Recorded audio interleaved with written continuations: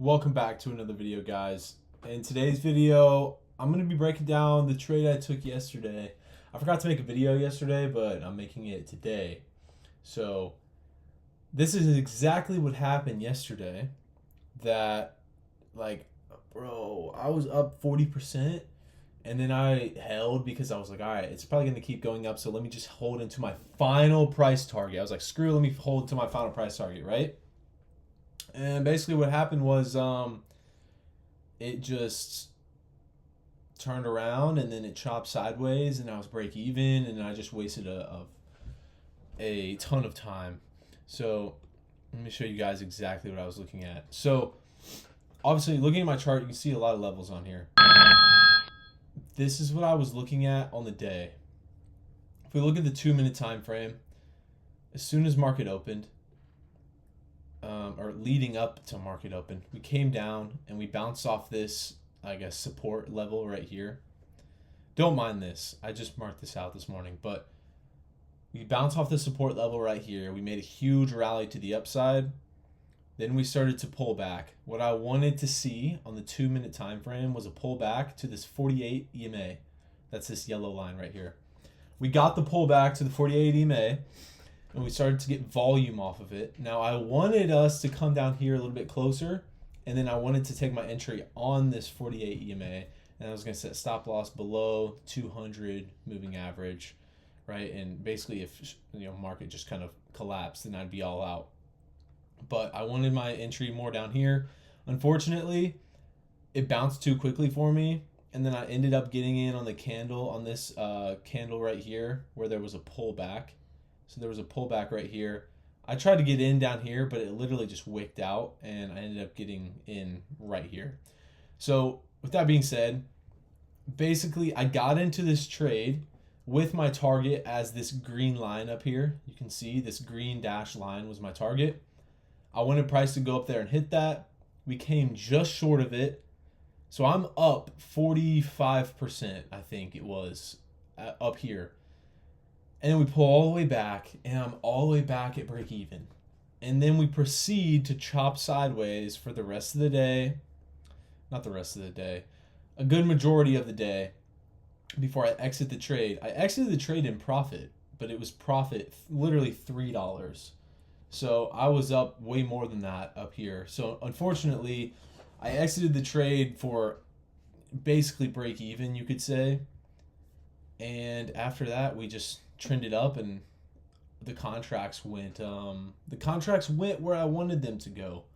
That's for sure. But overall lesson from this trade, right? I followed my plan to a T. Okay, we got a bounce off of this support. We made a break of structure on the 2-minute time frame to the upside. Break this entire thing down, right? Here's resistance, break of structure, candle close above. We then created a bull flag. Now, I don't trade bull flags, but it's just another added sign of confirmation. I would not trade bull flags as a sole reason to get into a trade.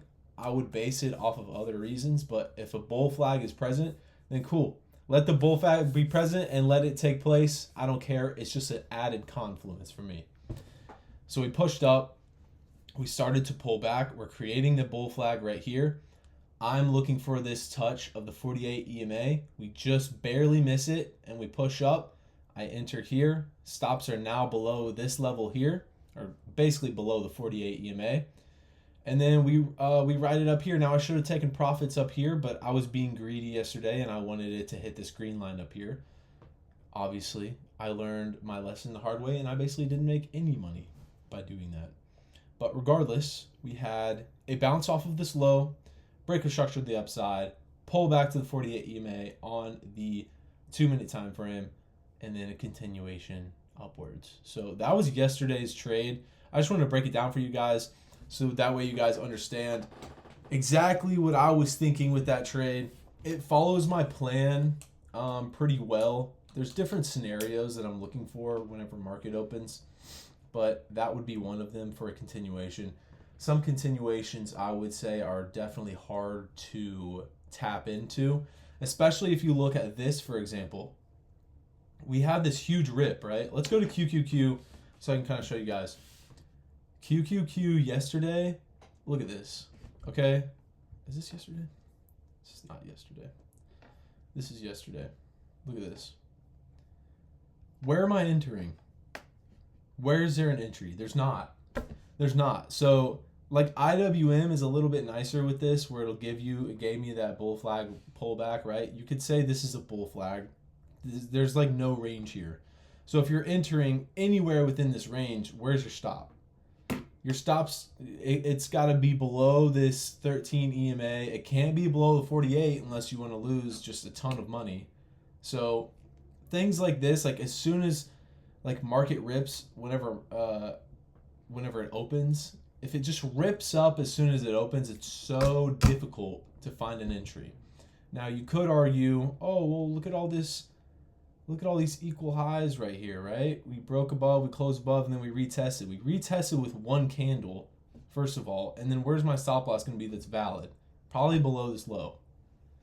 So it's pretty hard to find an entry. I will try to start taking a little bit more riskier trades like this, but with lighter size. You could say, okay, we break above these highs, we closed above them, we pull back and retest, and then you simply set your stops below this 48 or below this 13 EMA. Either way, and as long as it holds those EMAs, then you're good to go. But in the morning, it's difficult if there's chop. So this candle wick up here is not very encouraging, right? Even with this bullish candle right here, it's kind of tough to understand that. Even knowing that there's liquidity up here for price to go to and grab, it's still somewhat of a gamble like 2 minutes into market open. So that was my breakdown for yesterday. And for today, we'll see what happens. We're forming a little bit of a range here. I'm looking for either a break below or break above here, and we'll see if we can possibly retrace into this gap that we created.